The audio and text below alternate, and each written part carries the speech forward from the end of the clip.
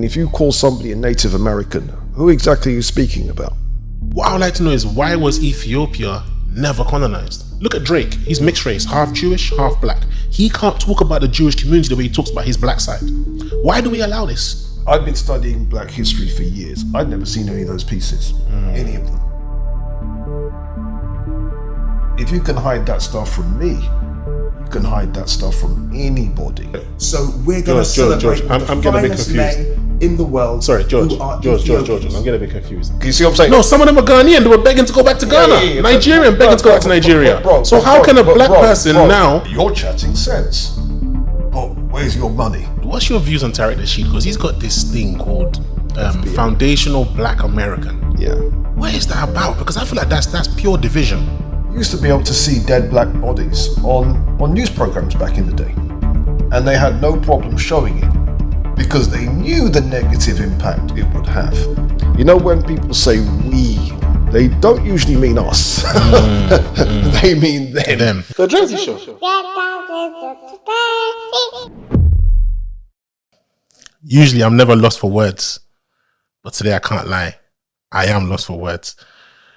Because in my presence here is a man who, when I was about 19, 20, 21, I came to one of your talks. I believe it was in Clapham Junction. You had just released your book, When We Ruled. And you gave an amazing talk. Everyone in the room was captivated, including myself. I must be like 19, I think. I can't remember. To have you here with me now, it's a big deal for me. It's a big deal for me. And is this something that you're used to, like, getting? People just can't believe that you're a real person and they're stood next to you or something? I just look at it as I'm just an ordinary, regular, degular, schmegular dude who has just focused his efforts and energies in one direction to produce historical material.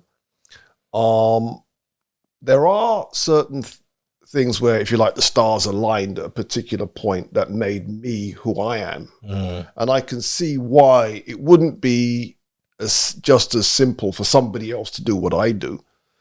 But I really am nothing special. I like the work that I've done. I respect the work that I've done. But I'm just fortunate that certain things happened at certain times that made that happen. Yeah. Yeah. Man, When We Ruled, that's, to me, I'm assuming that's your biggest, like, book, if I'm not wrong. Why do you think that book was so successful? Why do you think it resonated so much with people? There were a lot of good things about that book. First of all, the idea was to put together the most comprehensive book on ancient and medieval Black history ever. And at the time, I didn't really have a lot of competition because at the time, the African-American scholars who had marched way ahead in Black history, they were running out of steam. You had certain scholars there was a scholar from Ghana, John Coleman de Graaf Johnson, but he was writing in 1954. You had a great scholar from Senegal, Cheikh Anta. We say Diop in English, but I think it's pronounced Diop in French. He died a long time ago. So it's almost like the baton had been passed. I claimed that baton, and what my job was simply to put together what the older scholars did, update it. So I had comprehensiveness on my side. The second thing was the right title and image. The book was going to be called When We Were Kings. Okay. But my publisher, at the time it was Patrick Vernon, great businessman, great man of great vision. He said, no, make it gender neutral. So if you take When We Were Kings, gender neutralize it, it then becomes When We Ruled. And then I had a brilliant idea for a front cover. You know, when people say we, they don't usually mean us.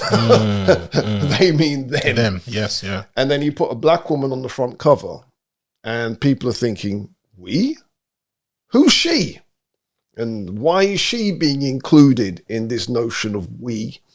And so the front cover gets a a good conversation going. And I'm just very grateful that the book hit a nerve. Still around, and it's still my most important piece of work. Oh, that's amazing. And also, I saw you in, I think, I can't remember what episode it was, but you were in one of the episodes of Hidden Colors. Which episode was that, if you can correct me? Number 4. Number four. Yeah, I saw that and I was like, hold on. The name. So I Googled your name, and at the time I had not seen your face. I Googled your name and I was like, okay, yes, that's the gentleman. So does this stuff make you travel around the world? Not as much. I expected that my career would blow up after Hidden Colors 4. It didn't. That didn't happen. I see. What did happen was quite independently of this. I am a member of an African Union committee. Okay. There's a committee called CIDO, C-I-D-O, which means Citizens and Diaspora Organization. Okay. I'm a part of that. Okay. So in that capacity, I have been to some African countries and that kind of thing, but not because of Hidden Colors. The Hidden Colors thing, I mean, big up to Tariq Nasheed Elite and so on, but it didn't do a damn thing for my career. It really didn't. You know what? Talking about Tariq Nasheed, what's your views on Tariq Nasheed? Because he's got this thing called Foundational Black American. Yeah. What is that about? Because I feel like that's pure division, if I'm not going to... It is. But I get it. I don't agree with it, but I get it. This is what it is. There were too many black people from outside Africa, from outside America, going to America and playing the arse. And what it is African Americans spotted this and spotted that there's a consistent pattern. Black Caribbeans, black people from Africa going to America and being the arse. And what the FBA agenda is putting up a wall and saying, no, you guys can't be a part of this if you're going to be on that, raccoon train. When you say playing the arse, what? Because from what I know, a lot of Africans, a lot of Caribbeans who go there, academically, they're surpassing them. And also business-wise, they're surpassing them. So who was playing the arse? When they then use that to say, well, that means that you African Americans are lazy. Do you see? Yes. And then being on some right-wing conservatism, let's throw African Americans under the bus. That is true. Let's pretend that Jim Crow didn't happen, redlining didn't happen, breaking up of African American business districts, breaking up of African American families. The COINTELPRO didn't happen. The Iran Contras and then moving drugs into the black community didn't happen. Yeah. And there's a whole list of things continuing right up until now that the American government has done to African Americans. And so for those black people recently arrived from outside America, you all didn't face any of that. So of course you're going to be doing better than African Americans. Duh. Yeah. But what's happening is a lot of the people outside Black America don't respect that. And so while I'm not about division, I can't pretend to not know why Tariq Nasheed said that. Yeah. I can't pretend not to know why some other people are running with ADOS. What's that one? ADOS, American Descendants of Slaves. Okay. They're on the same agenda as FBA, trust me. But they're separate. Well, one is run by Tariq, one is run by somebody else. I think there's somebody else is Yvette Carnell, something like that. Then you got the black Hebrew Israelites. Then you got the ones who say they're Native Americans and they were there before. Sometimes I just feel it's like there's too many categories and too many groups to like really know what is really going on. There is. And my job is very, very much to bring clarity. I am the Black History Man. My job is to bring clarity. And I do believe there is a position that all of us can agree upon. Yeah. And that's the vision of history that I've been working on since I've been writing. And it could put the FBAs, the ADOS, black people from outside America, black people in Africa. I've just spent 2.5 weeks in Ethiopia.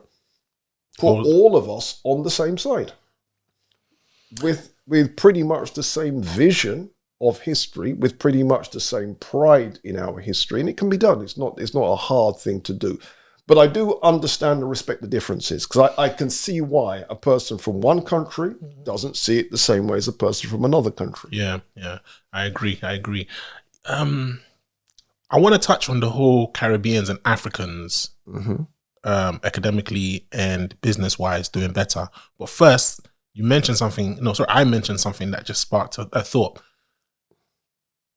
Were African people in the Americas before the European invasion?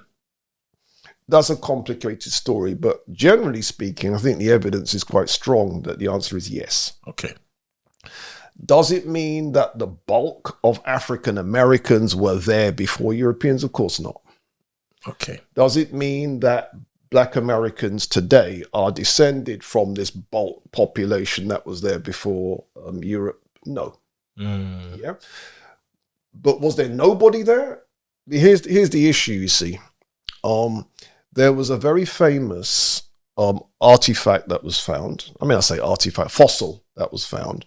It was found in Brazil, and the scholars gave her the name Luzia, Luzia. She's thought to be the first human being, modern human type of human, discovered in South America. You'd expect her to have been a Native American, right? She turned out to be black. Okay.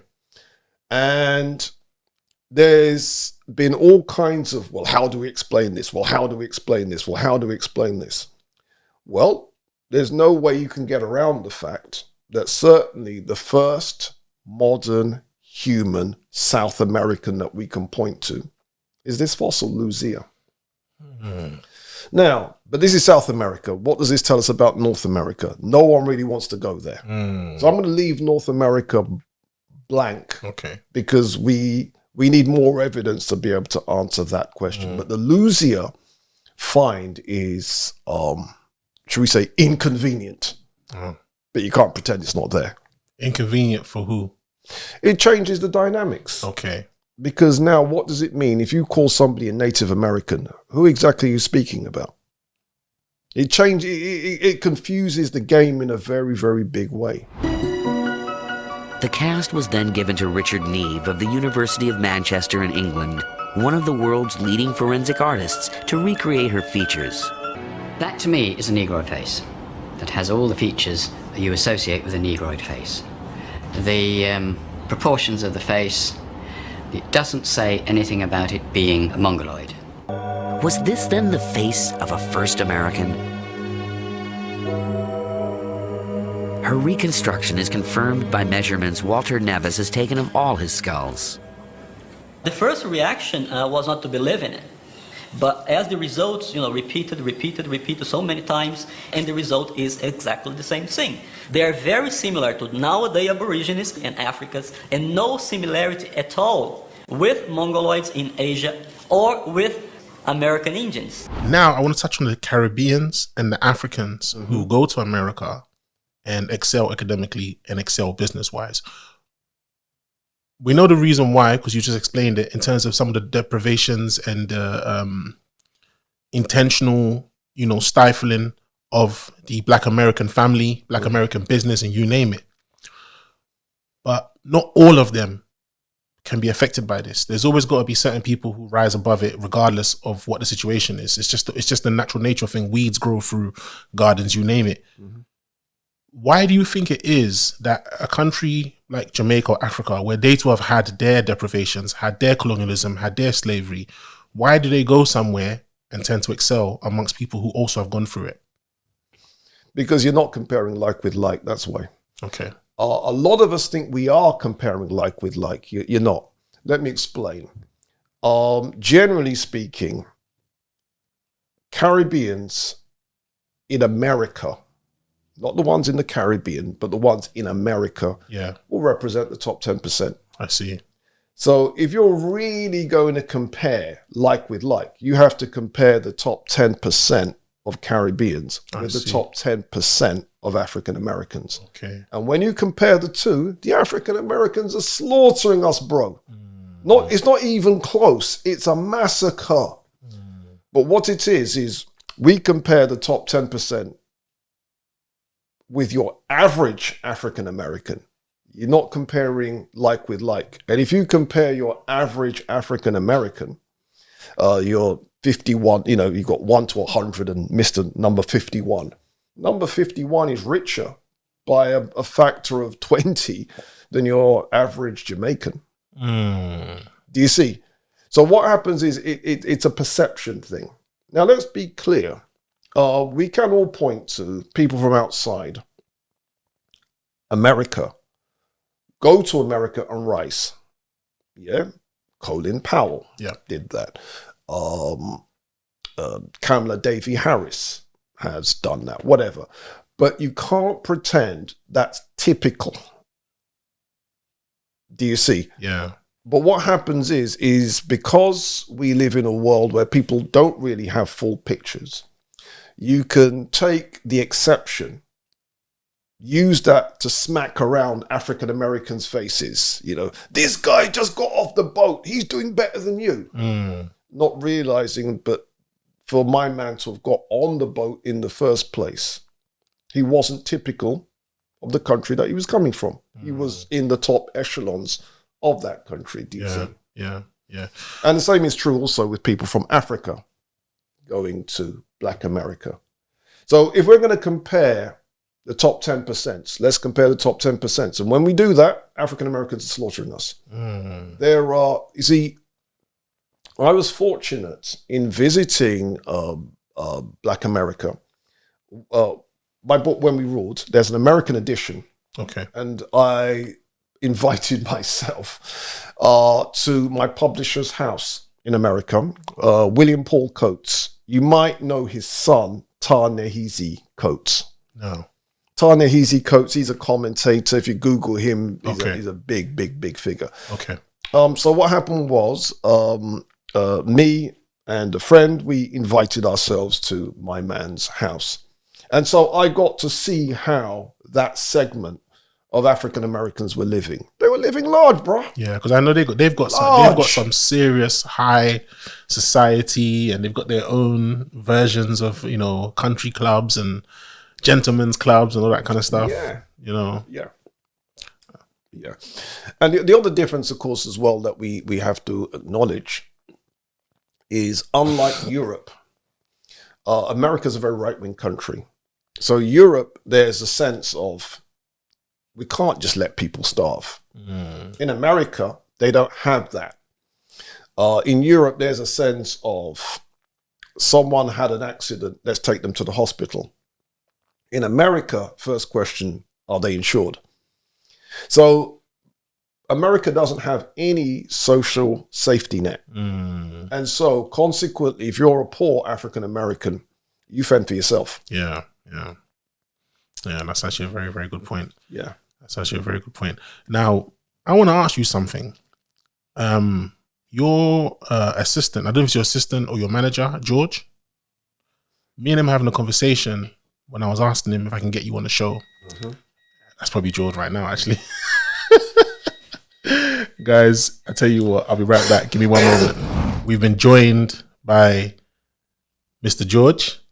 That's right. What's your full name, sir? You can call me Nana. Nana? Okay, we've been joined by Nana. As well. But it's the YouTube space audience might know me as Brother George. Brother George. Yes. Okay. I'm a director of The Black Secret, and I've been invited to be a part of this life-changing and very important mission and journey, which is The Black Secret.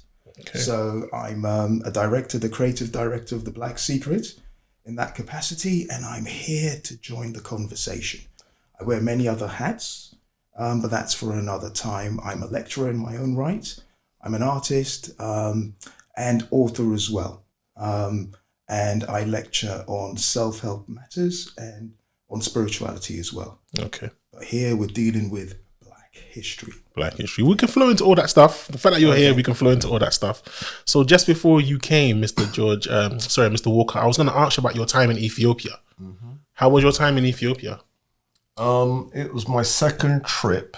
So what happened was I spent about 2.5 weeks just leading up to Christmas Eve. A lot of the time was spent in Addis Ababa. One of the missions we had was to get to a university called Mizan Tepe, which is in southwest Ethiopia. So it was a really, really good trip. We got a lot of business objectives done. And it's just otherwise just a wonderful country. Okay.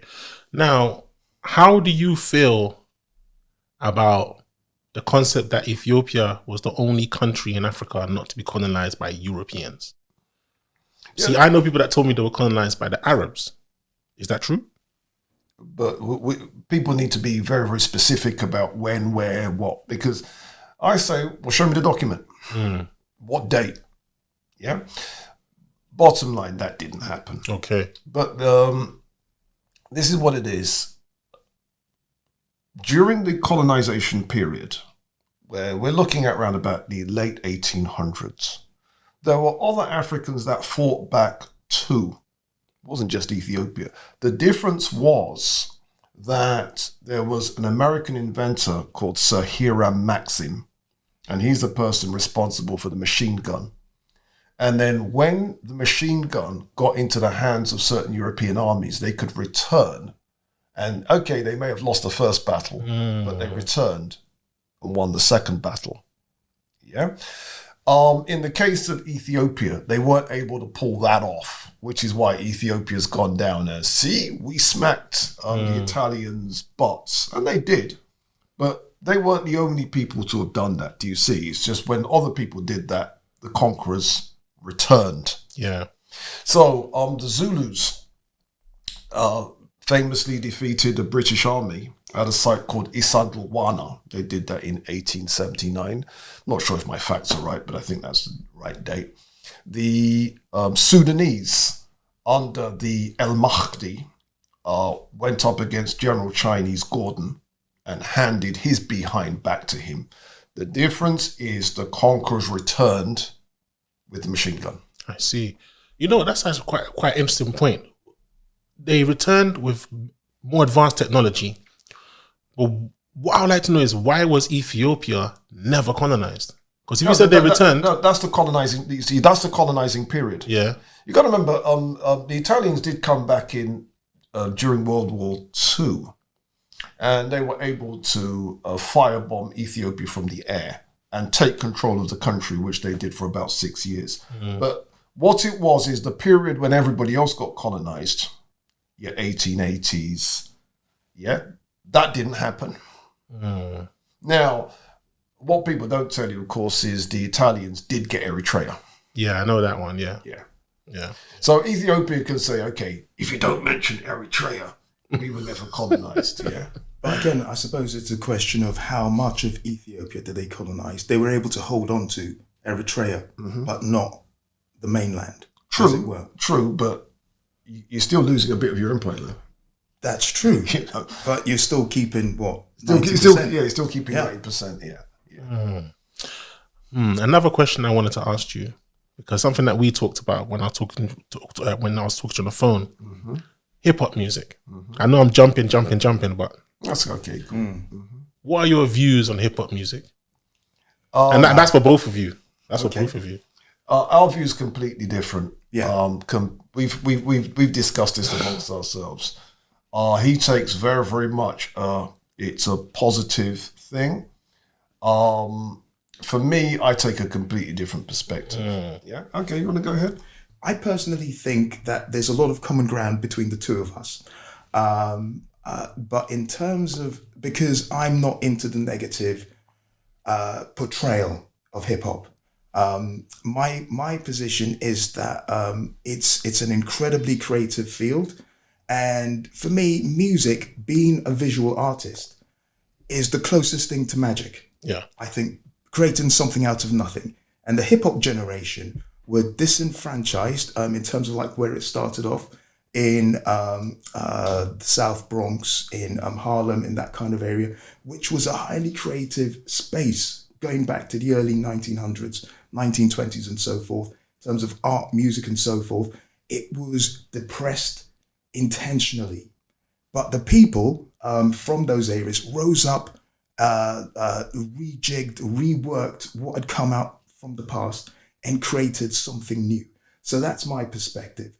It's something. It's a force of. It's a movement which has shaped the world in terms of like popular culture, in terms of fashion trends, in terms of music.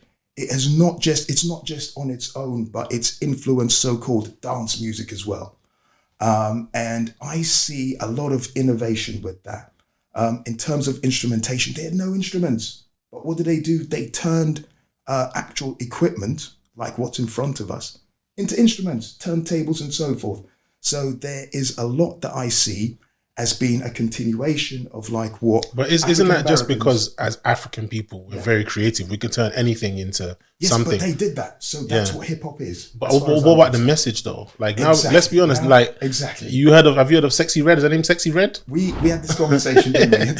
Didn't we? Yeah. This is what I'm talking about. So, you know, where myself and Robin agree is the message has been completely hijacked. When people start to see that we can make a lot of money from this, that's when the message was kind of like hijacked or different. The way how it is that people who are coming with a certain mentality were given more opportunities. More money was put behind them. And so they were pushed. And so naturally the people who were coming with the conscious messages, they would have to find their own avenues. Some of them found their own niches. And then it kind of like the trend or the focus was with the slackness and the negativity. That got the major push, which means that it becomes a vicious cycle. And so that becomes, people are very narrow focused, it seems, in that industry. It's all about how can we make money? If I'm going to invest in you, do I know that I'm going to get a good return? If you're talking slackness, I know that there's a market for that. So I'm going to back you. I'm not going to back Robin, who's talking about black issues. Well, you see, this is where it relates to what I was saying to Mr. Walker before you came, right? Yeah. The Jewish community. Some aspects of the Arab community, because I know now it's changing. Certain Arabs are a lot more lost. They would hear this and automatically throw out the window. Why is it with black people? We've allowed it to become a culture attached to us to the point where if I talk to a white person and they say, what kind of music do you listen to? And I say hip hop, automatically they go, gangster. That's what they affiliate with hip hop straight away. When I try to say, no, I'm into conscious hip hop, they don't even know what that means. Yeah. So why is it that we allowed it? Why did we champion these people? Why did we call these people celebrities? Why did we celebrate them for them to even have that platform to talk the nonsense that they talk? Because I guarantee you could not. Look at Drake. He's mixed race, half Jewish, half black. He can't talk about the Jewish community the way he talks about his black side. Why do we allow this? This relates to your field of African history. Why is it that we allow all these people to come and tell us about our history, tell us about our identity, tell us about come and talk nonsense in our community? Why are we so passive? Why are we so like blindsided to this stuff? Why don't we stand up and say, no, we're not having like every community where they might chop your head off for doing it, or they might take you to prison for doing it, or they might insult you till you feel shame for doing it? Why do we not shame these people? What is it with us? I can explain that. Yeah, it's what happens when a community is disproportionately poor. When you're disproportionately poor and someone gets to make a lot of money and your community is disproportionately poor, you end up with a situation that that person's money, you start to look at that person kind of in a complex way. I don't like what he's saying, but I respect the money. And when you have a lot of our community in that position, it then becomes, but you're chatting sense. But where's your money? This person's making money, you're not, you see. And I think there's a certain element of, you see, if our community was a lot wealthier and the average baseline was a lot higher, you could discipline the gangster rappers. You really could. But because the gangster, the baseline, the middle baseline is quite low. Someone's making money, you're not. The gangster rapper can say, but look how much money I've got. Do you see? And it becomes a hard way. How do you shut that person up when they've got bread and you haven't? That's the complexity that I'm talking about. But you Absolutely. see, a sense of me agrees with you. Sorry, I'm going to let you get to Okay. it. But also a sense of me, a side of me disagrees with you because the Jewish community, these rabbis are not rich. Am I misinformed? The Jewish community, the rules of the game are very different to what we think the rules of the game are. I'm quite serious. All right. Yeah. Trust me on that one, bro. Yeah? Yeah. Well, I don't know, man. I just feel as if, regardless of money or not, someone should be able to be shamed for the nonsense that they talk. But yeah, you were going to say something, sorry. Just jumping off the back of what Robin was saying, I think it's a complex situation.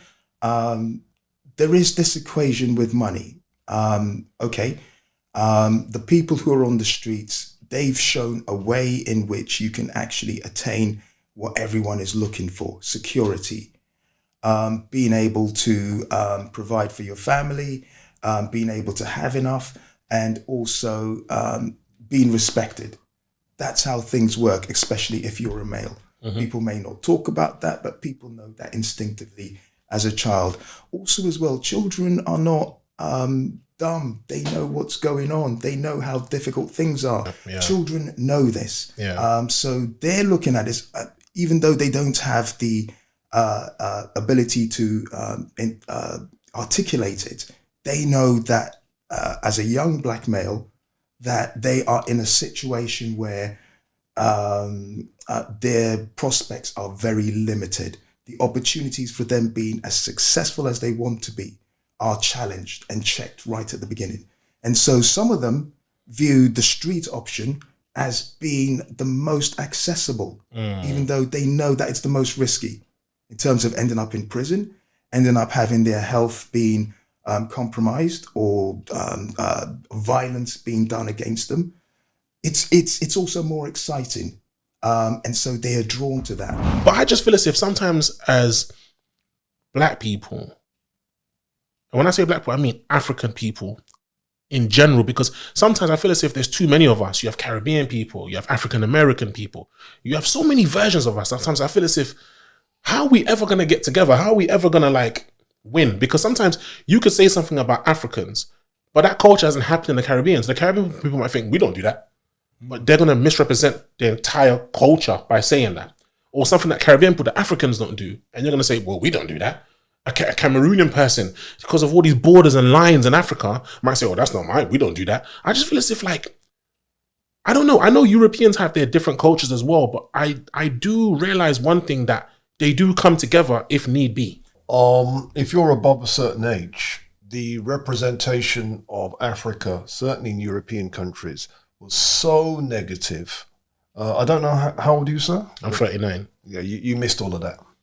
Okay. It was horrible back in the day. The dark continent. It was worse than that, bro. It was worse than that. Okay. For example, because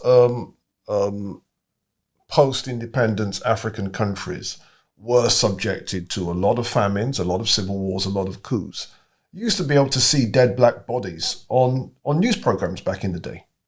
And they had no problem showing it because they knew the negative impact it would have. Do you see? Now, I grew up in them days, so I remember seeing that stuff. What was the dead bodies for? So that they starved to death or something? No, let me give you an example. Supposing there's a war situation. Oh, yes. Now, you know that, for example, there's a war situation right now with Ukraine and Russia. But you've not seen any dead Ukrainians or any dead Russians. Very true. But with the Palestine and the Israel one, I see a lot of dead Palestinians all the time. Right. But what they would do would be to show the dead and rotting bodies on the sides of the streets and that kind of thing. So if you were from the Caribbean and you were, quote, proud to be African, unquote, that was hard to do back in the day, when those would be the images that were being shown of Africa. And the idea then, when it comes to being historically connected to Africa, what do you mean historically connected? Africa doesn't have any history. And then if you then spoke to somebody from Africa and you asked them, well, what's African history? They're going to tell you about their ends. They're not going to tell you African history. They're going to tell you about what happened in their ends. And in many cases, people couldn't even tell you that. So some of the things then that Africa has that should be common knowledge isn't common knowledge.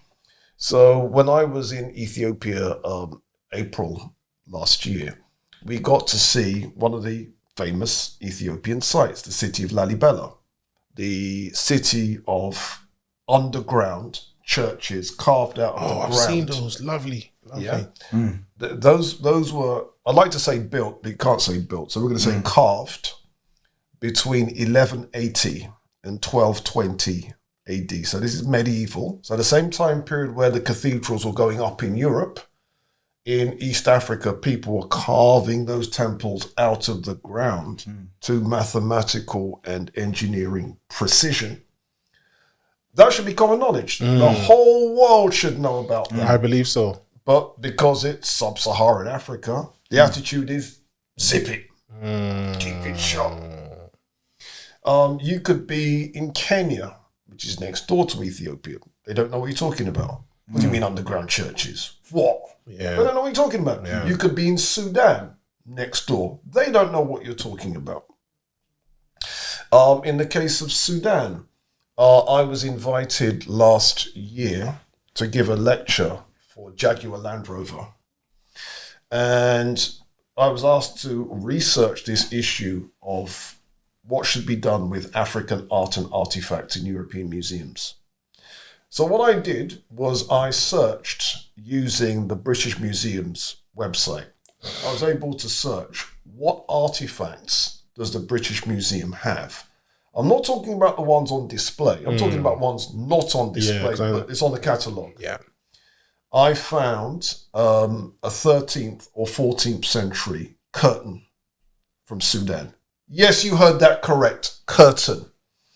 I found a 9th or 10th century belt, and the belt had the same type of buckles that we have today, same type of loops that the buckles would have.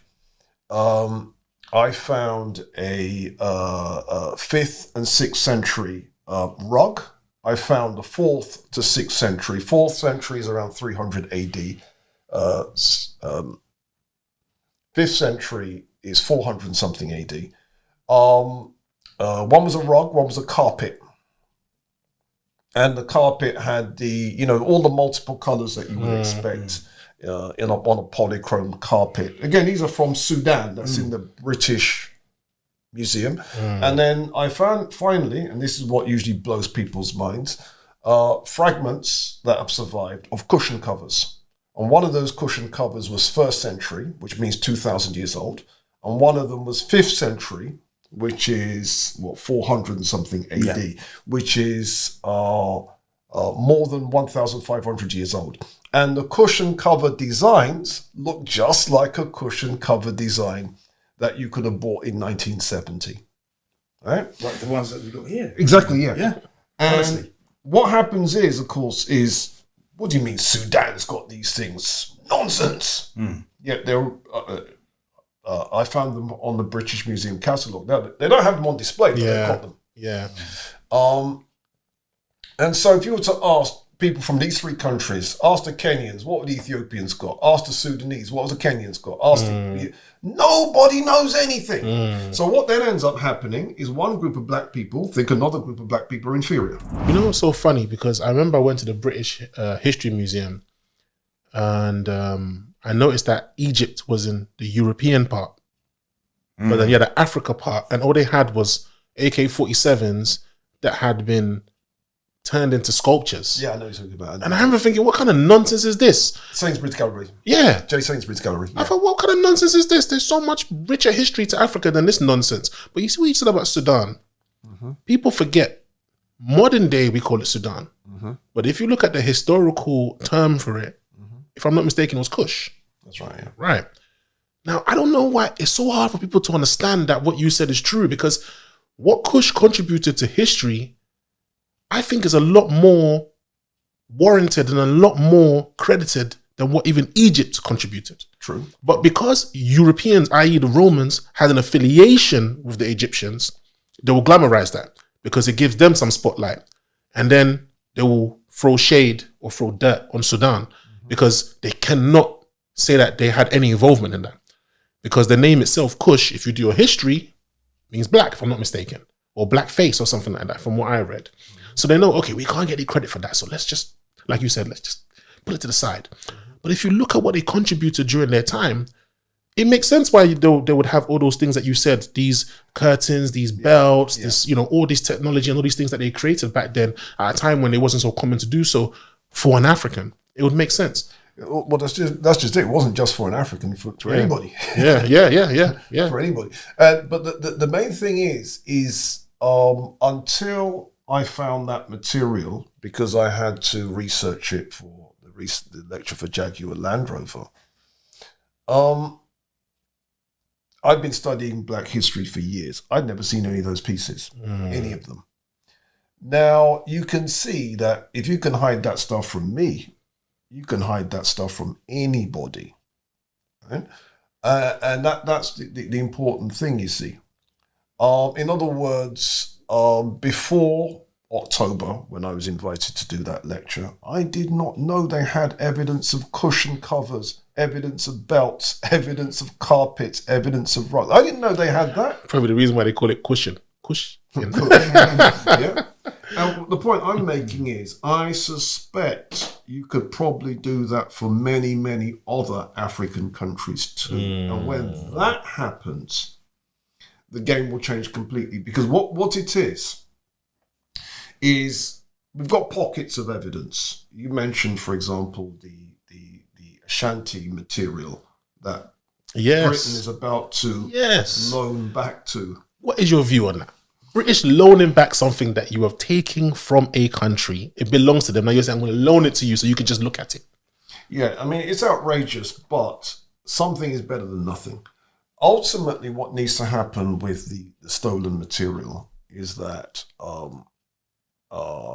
if the British were honourable, they would make replicas of the stolen material, keep the replicas here, and give the originals. And give the originals back. Now, the main problem, of course, is the originals are worth millions per piece. That's the problem. And once you've got millions per piece, the amount of wealth that you can build on the stolen artifacts, and you multiply it by the thousands and thousands of artifacts, that's why Britain doesn't want to give any of those pieces back. Let me give you an example. There was a discussion that I was having with my colleagues.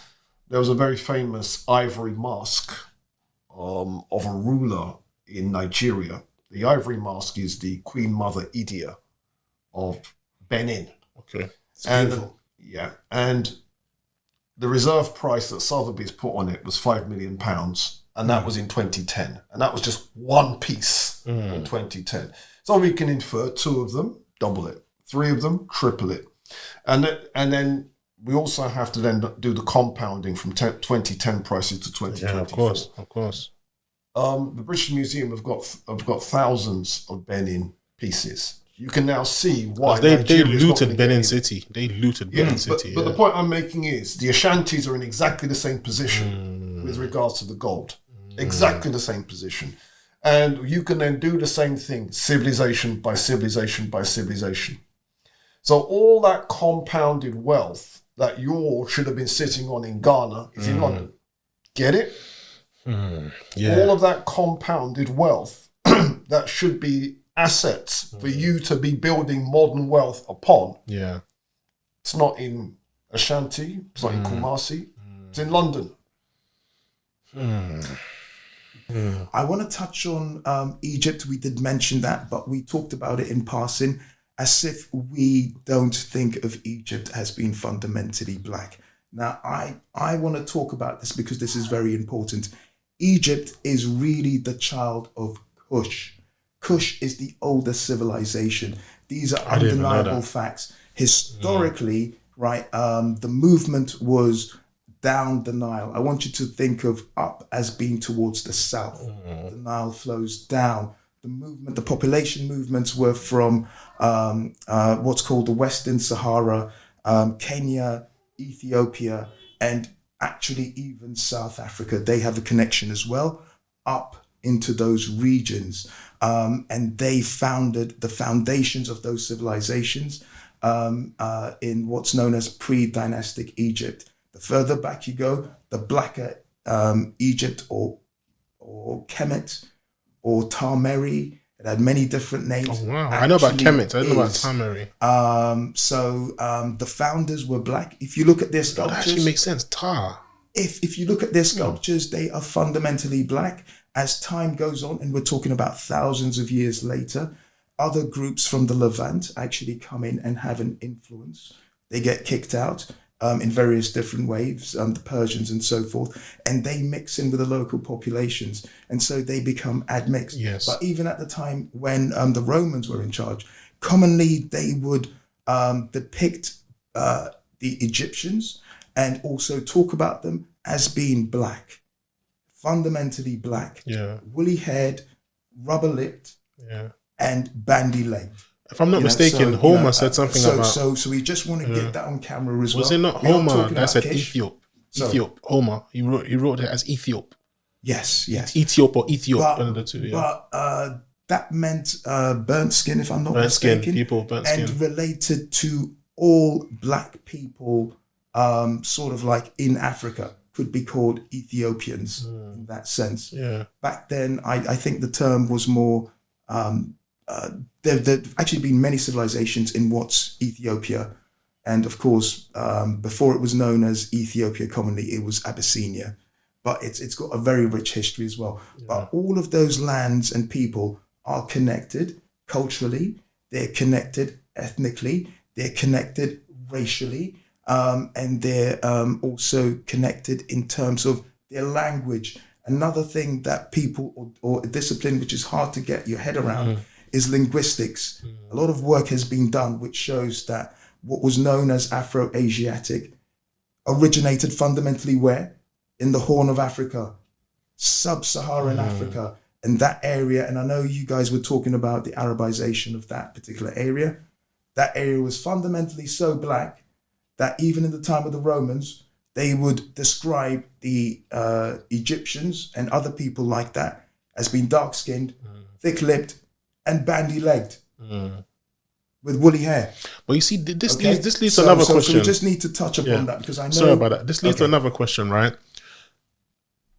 You just said how Romans and Greeks depicted us. And thought about us commonly. But you see, sometimes this is where I get a bit conflicted with this kind of situation because we know they know how to manipulate history. So sometimes why do we say, oh, they said, but then the next time we know they lied about that? When do we know they told the truth and when they're telling the lies? Why do we use their depiction of history as a fact and then in 1 minute we use it as if it's not a fact? The Black History Man can go into that, but I would just preface that by saying you have to think of things in time scales, okay? So during the periods where you had the Greek philosophers who studied in Egypt, so their teachers looked like you. And so they had nothing but praise for people who looked like you. Even Homer, and this was back in my GCSEs, I studied the Iliad. Very often, these amazing Greek, demigods. Yeah, I used to love that stuff. Achilles, all of these other great champions who various different gods would choose as their champions. So it was, it was Athena who was the champion of Achilles. And she was the daughter of Zeus, Hector, I used to love that Hector, stuff. who was Trojan, his god, the champion of Hector was Apollo. And so, they would talk about the gods having their competitions at one level. Hector and Achilles would have a competition at another level. But guess what? There would be times when they would have festivals. And the gods would be like, wait a minute. The Ethiopians who are the finest men in the world, never mind these champions, are having a festival for 1 week. So you know what? We're going to leave you on your own. That was mentioned. We're going to leave you on your own because we have to go to where this festival is, because the black people are celebrating us as gods and they're having a festival. So we can't really be involved with this, war which is taking place between you and Troy. So we're going to celebrate with the finest men in the world. Sorry, George. Who are George. Ethiopians. I'm getting a bit confused. Are you telling me that this was mentioned, that there were Ethiopians in Africa who were celebrating Zeus, Apollo, and all these Greek gods? Yes. So therefore, yes, these gods had to go and celebrate with them? Yes, because they were the finest men in the world. Where was this mentioned, please? It's mentioned in the Iliad. But you'd remember the Iliad, you have, what do they call it? You can have abridged versions. What is the Iliad? You can have abridged versions which are edited. The writings of Homer. The writings of Homer, who is considered to be one of the first celebrated authors of Greek origin. Let's bring it full circle now. This is why a lot of modern European scholars don't like it when black people read the ancient Greco-Roman stuff. Because the Greeks and Romans will say stuff like that. And they wish those ancient Greeks would shut up about this stuff. Because you now got it in their writings, do you see? That's why so many black scholars use Greco-Roman stuff to reconstruct black history, because the Greeks and Romans, they didn't censor what comes out of their pen. You get it? Others had a problem with that because there is a schism between looking at someone who you've said is devalued, 3/5 of a human being. How can someone who's 3/5 of a human being have created these wonderful civilizations that have lasted longer than the Roman Empire, have lasted longer than any modern great civilization or modern civilization by thousands of years? That started off as fundamentally black and then became admixed as time went on. There's a huge schism there. So the ancient model was rejected. And then they started to massage and manipulate the evidences and started to say that these couldn't be general black people. And so you had this, like, everything is fractured in Africa. And so they would say things like, oh, those are the Bantu people. But the Twa are not Bantu. They might be a they had all of these terms which are now antiquated. A term that I'd like people to look up is one called a Euripede. Do you know what a Euripede is? Never heard of it. A Euripede is the idea that you had anthropologists after the Lakes, because at a certain point, they really couldn't deny that humanity started in Africa, right? That's a big problem. So what they did was they said, well, you've got different classifications of people. People in South Africa, they commonly call them the Bushmen, the San and the Khoi, really. They looked at them and said, oh, they look a little bit Oriental. So if you think about Nelson Mandela, his phenotypes. Yeah, they look a bit Chinese eyes. He could be a modern day Chinese man, right? There are people like that in Southern Africa. I've seen them, yeah. And they are actually the oldest Homo sapien people alive. They are the oldest black people there is on the face of the earth. But they split us up. So they would say people from Sudan, people from Ethiopia, they're Nilo-Saharan. So they're above they're people by the Nile. And they're a completely different group to so-called Bantu, who are a completely different group to the so-called San, who are a completely different group to us, who they would call the true Negroes and say that we did absolutely nothing. So everything is fractured, distorted about Africa so that they could have this modern massaging and misinterpretation of the facts of really important civilizations like ancient Egypt, because it feeds out into the Mediterranean basin. It feeds out into the Middle East, which is the foundation of their civilizations. So they either have to, which is what they sometimes did, not really talk about what Egypt has contributed, or they would have to whitewash it and say that the influence was from the Mediterranean region and they reclassify them as Mediterranean. Yeah. They have big problems and big challenges, but the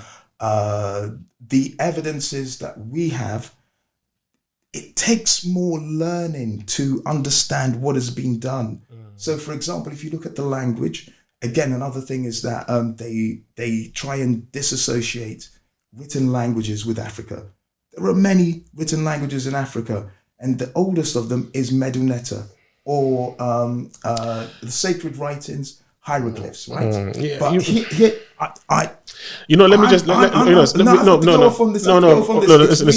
I have to say this. Yeah, I agree and I disagree. The reason I agree and I disagree, I don't read and write in my language, but I can speak my language. I speak Ga, I'm Ghanaian. I can speak Ga, but I can't read and write in Ga. I love Ga. I was not taught how to read and write in Ga. Right. I was just spoken to in Ga by my parents and by my culture and by my school, but never taught to read and write. Now, if I'm on the bus and I see a Chinese man open his newspaper, he's reading a language I won't even know how to read, even if you told me, gave me £1 million. I see an Arab man, sometimes they read in the Arabic languages.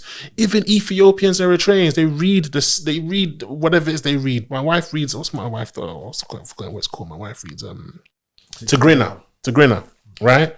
And the Arabs, the Ethiopians, they got something else that they read. I don't know the exact terms. I'm not too sure the exact terms. But either way, the point I make is I see sometimes even their shops when I'm driving down North London, you see they got their own language. I'm Ghanaian. I know many Nigerians. I know many Liberians. I know many countries in West Africa. You name it. Mali, Guinea, you name it, right?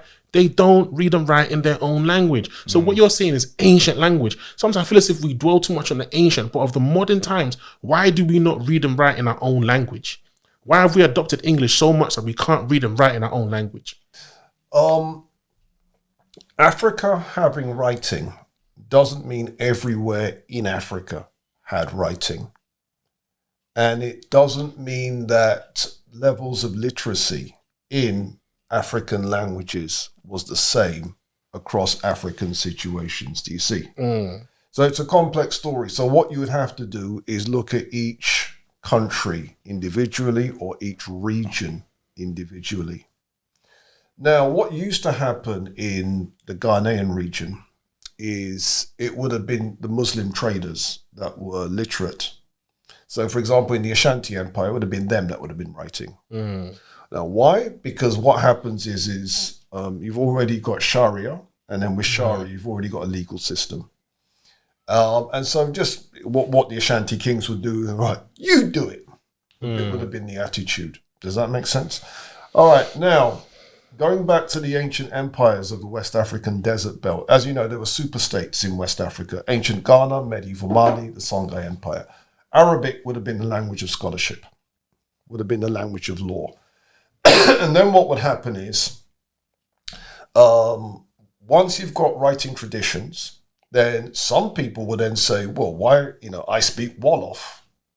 Why not use the writing system to put it in Wolof? And so there's a literature like that. The same thing happened with Fulani. It's the same thing happened with Tamashek. The same thing happened with Hausa. Do you see? Yeah. Now, did the same thing happen to Ga? Don't know. That's an area that we would need to be investigated. Now, my understanding is Ga is actually a branch of Yoruba. Yeah, no, you're right. My mom told me we did when we migrated from, apparently the history of why we celebrate Homowa is that we migrated from Kush and Israel and found our way through some parts of Horn Africa. Some stayed through Central, some made their way down south, some stayed on the West Coast.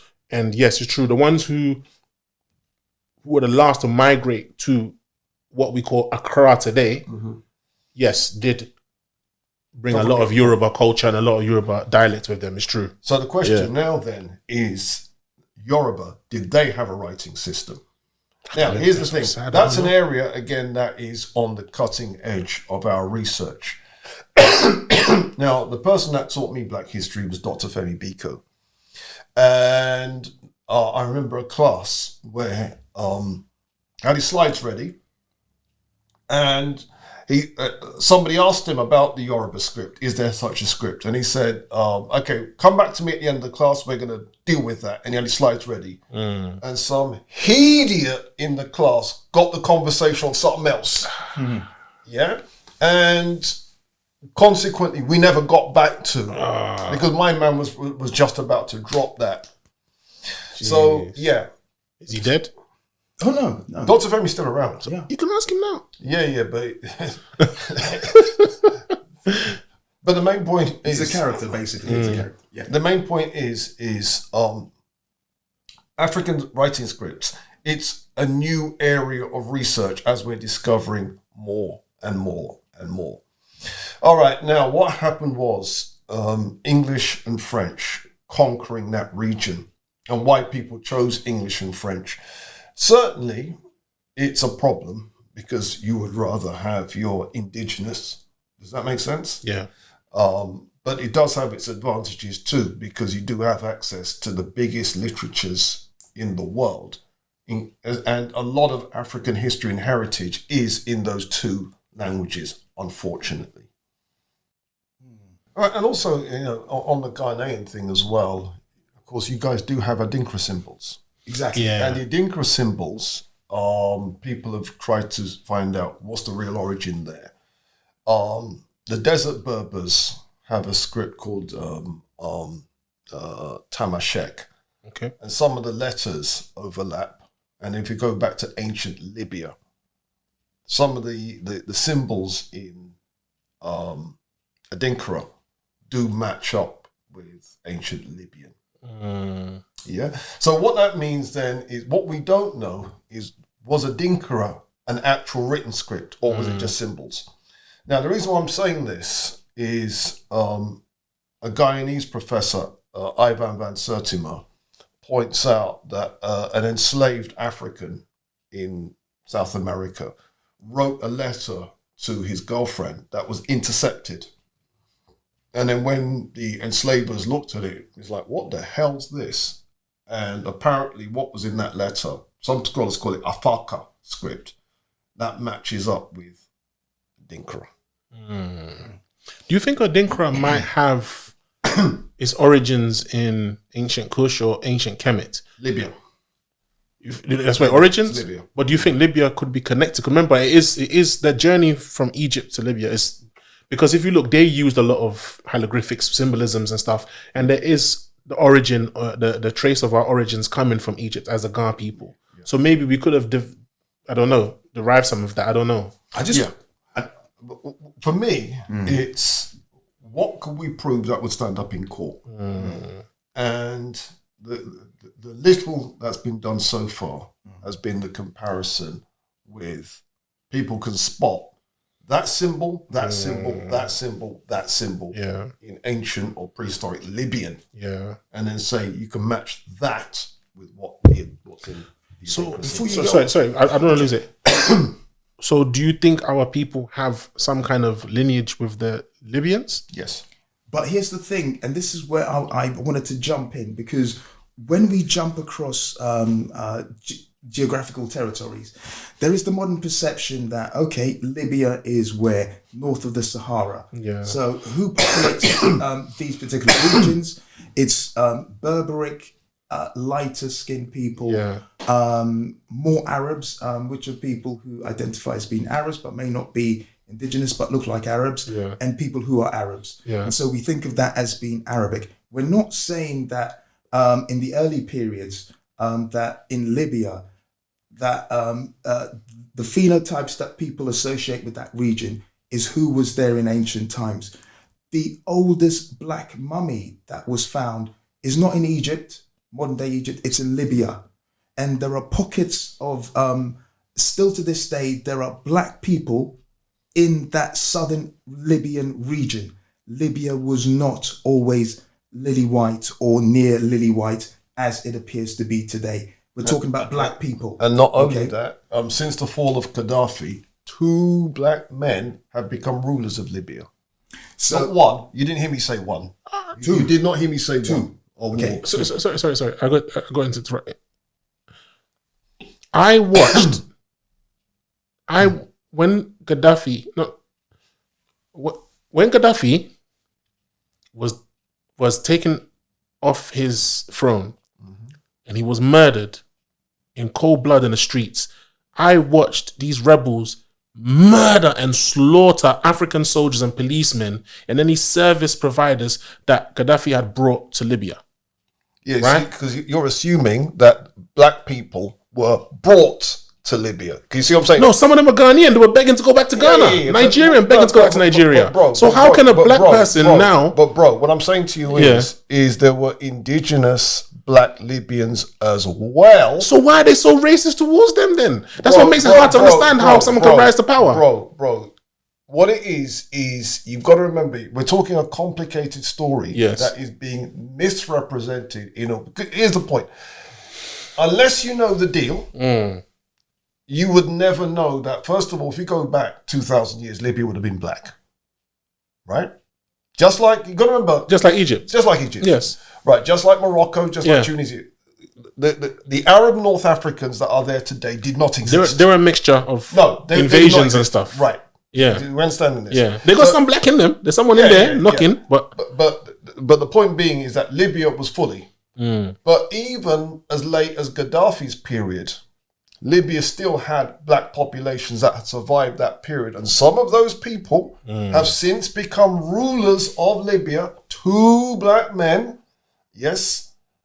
And basically, if I was to do my Googling, because I downloaded the images as these men became.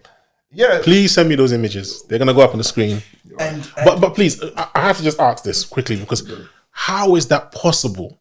Because like I said, they were murdering them. Yeah. So how do they now then rise to... Here's why. Because people want you to think. You see, there's a message that the non-black world wants black people to think. Everybody hates you. Everybody wants to call you the N-word. Everybody thinks that you are the lowest of the low. And so that way it's a white supremacy thing. It's not just us that hates you. The Arabs hate you. Everybody hates you.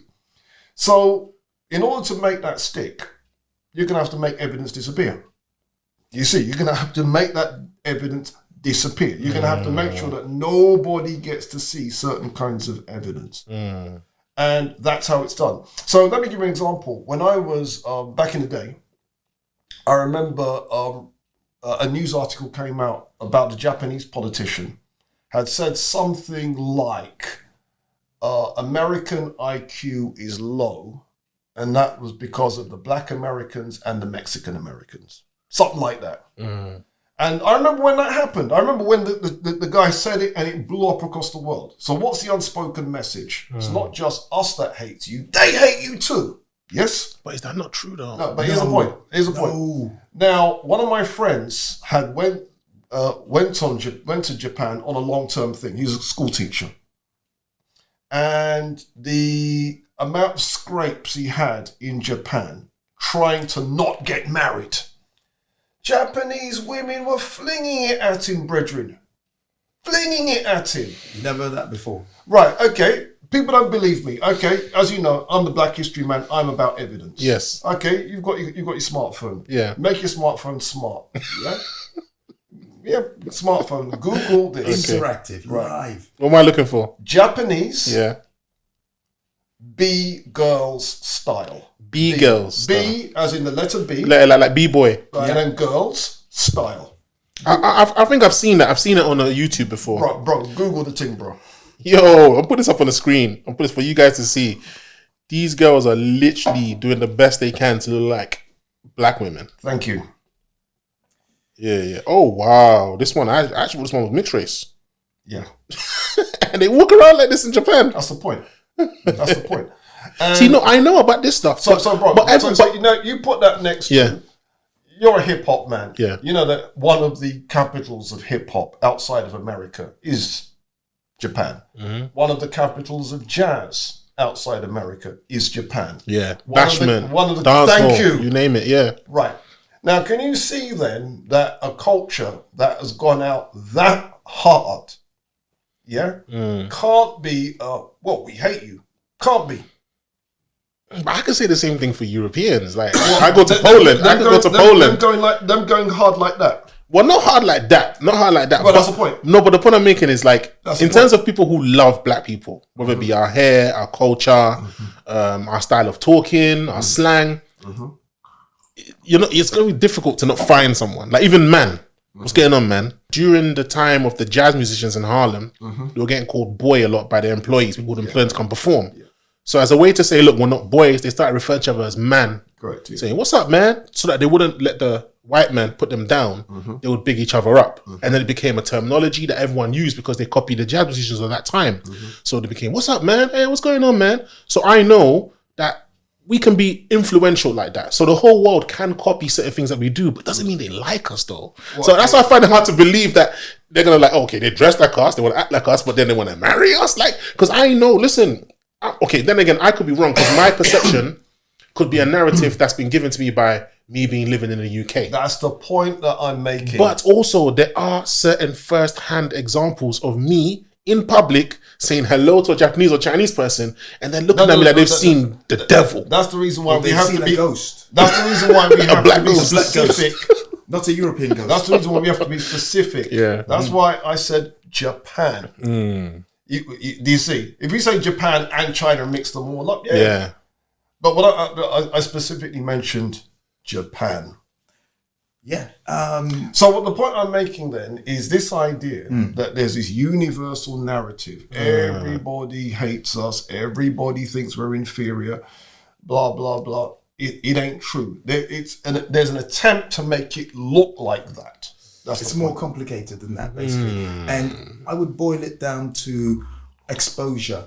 So people who have an exposure level where they've gone beyond the surface. So people who are into, because the other thing is Rastafarianism is big in Japan. Yeah, I know. So, I've seen a lot. People who just don't have a superficial appreciation. Oh, Bob Marley was a good singer. Yeah, I like that. You know. Yeah. I'm jamming joints. People who've gone beyond that and seen, okay, there's some substance here. These people aren't just lazy. You know, which is what the common misperception of Rastafarians that they just smoke all day and just sit there. They don't do anything. No, I think there's a highly productive society, and also their spiritualism is first rate. I agree.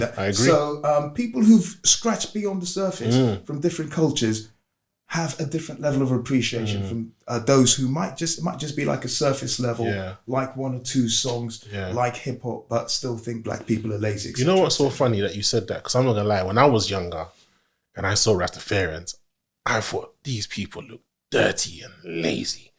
I'm just being honest. I was a little kid and I just always thought these guys just even just saying that, I feel bad. All I used to say was, yeah, man, if I saw, I remember I used to walk up to them in the street, I'm just being real. I walk up to the show like, yeah, man. And they used to look at me like this. But they understood I was ignorant. But I thought I was the funny one. I thought I was the intelligent one. Then one day I started reading on their ethos. And I said, yo, I'm actually the blind one. These people are talking about Zipporah, Moses' wife, being a Cushite. I'm like, hold on.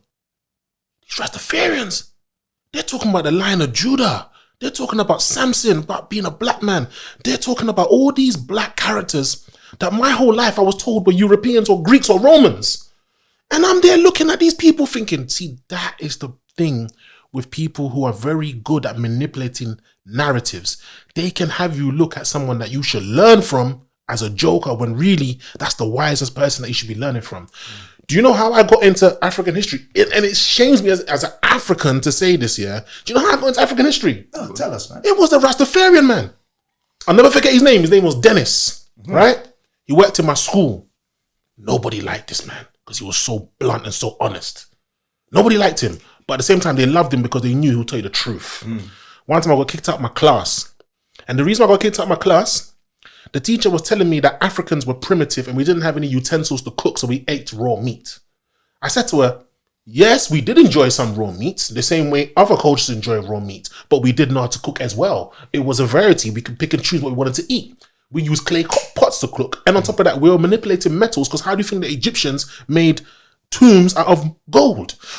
No, you didn't use clay pots to cook. I goes, well, the Greeks and the Romans used clay pots to cook. Today you go to Italy, they're using clay pots to cook all the time. You go to East Africa, they're using clay pots to cook all the time. She got so angry with me, she kicked me out of the class. And I was standing in the hallway, and Dennis come up to me, and he goes, you know, I always see you in this hallway, and there's always that history class that you always get kicked out of. And I said, because my dad has told me certain things that make sense to me, and they don't want to hear it because it doesn't make sense to them. He gave me this album. It was by a group called Dead Press, and it was an album called Let's Get Free. I'm not going to lie. When I came back and he quizzed me on it, it got deeper than even what the album even talked about. This guy started telling me about the Rastafarian ethos, started telling me about the brainwashing of West Africans, the brainwashing of East Africans, the brainwashing of North Africans, the true history, biblical references that have been manipulated to switch people's identity. He started going deep, and I'm not going to lie. Prior to even meeting him, my perception of Rastafarians had changed. But meeting him, it was solidified. I thought to myself, see, I won't be a Rastafarian because I don't want to worship Haile Selassie, or I don't want to even consider him, I don't know, just because he's a descendant of Solomon, I must consider him special. Do you know what I mean? They're main descendants of people walking around. I'm not going to... But other aspects of their ethos, I was so in love with that I realized, wow, what you said earlier about how they'll say, oh, how comes you're from Kenya, but you don't know about those carved in churches? How comes you're from Ghana, but you don't know about those Mali Empire, you know, all this stuff? That's when I realized that so much is being hidden from us, that if we don't communicate with each other, we won't know that it's the truth. Because if my perception of Rastafarians had remained, I never would have known any of that stuff. We have to take our education into our own hands. Yeah. You need to, people who are interested in history for the purposes of knowing who you are and building this generation for the next generation, you need to know your history. That's why we have the history course. But if you're not going to do an online course like ours, which is the finest, take your children to a Saturday school.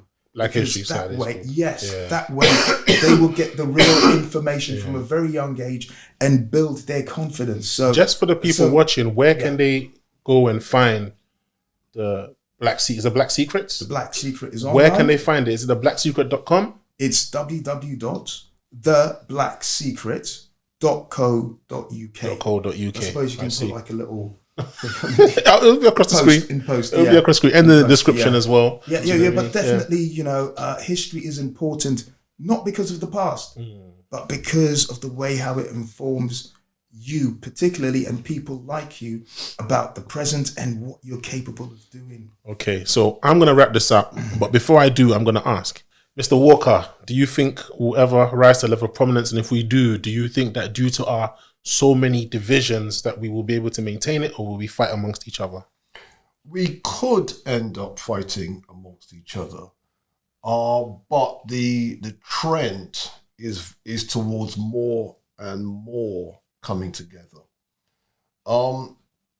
If we look at the big trajectory, Pan-Africanism is actually winning. It's not losing. The kinds of agendas that, if you're in different African countries, is quite common to be in one African country and get news stories coming in from other African countries. So what I'm seeing is Pan-Africanism is likely to actually become a reality. Now, it won't have the prominence. For example, there's something that the African Union is working on. They call it Agenda 2063. In 2063, is African countries going to be one united homogenous bloc? I don't think so. But there will be enough inter-country linkages. Yeah. Now, the diaspora can become a part of this. I don't know if you know, but Haiti applied to join the African Union. Come on, Haiti. Anytime. They were rejected, but they applied. Rejected by who? No, that's not the point. The point is they applied. That's the point. Oh, that's bad. No. People are missing the point. This is a good news story. It's not a bad news story. Because the fact that they tried means that whatever criteria they didn't hit, they're going to meet that criteria and they're going to apply again.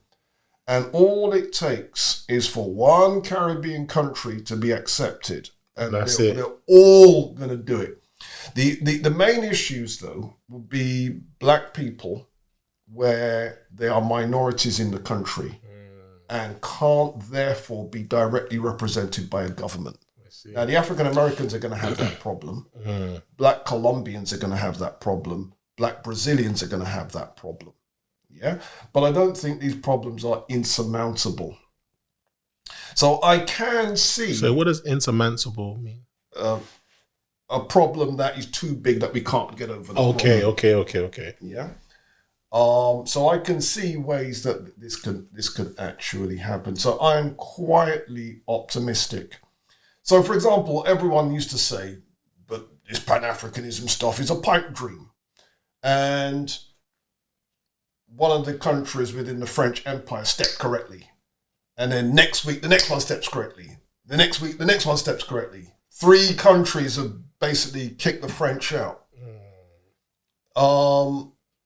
Next thing we know is the government of South Africa has draped up a country and dragged them in before the international court and humiliated them in front of that court. Whoever would have thought a black country would have done that? I know. So I'm quietly optimistic.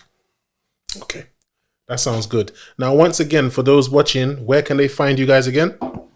You can find us at The Black Secret, which is www.theblacksecret.co.uk. And they can come and get Saturday schooling. They can get Black History schooling. You can get the best online Black History course and African Heritage course in the world. Okay. The most comprehensive, based on Robin Walker's teachings and his magnus opus, When We Ruled. Okay. It's the finest course. Certainly we can give you information about where to go to. Or, I'm sending your kids to Saturday schools and so if you so forth. All right. Wish. But join the course. All right. You won't regret it. Guys, thank you very much for watching. Please like, comment, share, subscribe. Make sure you check out theblacksecret.co.uk and have a lovely day wherever you are, morning, afternoon, evening. The Drazzy Show. Thank you very much for watching. Bye-bye. Peace. Peace. That was a lot of fun. The Drazzy Show.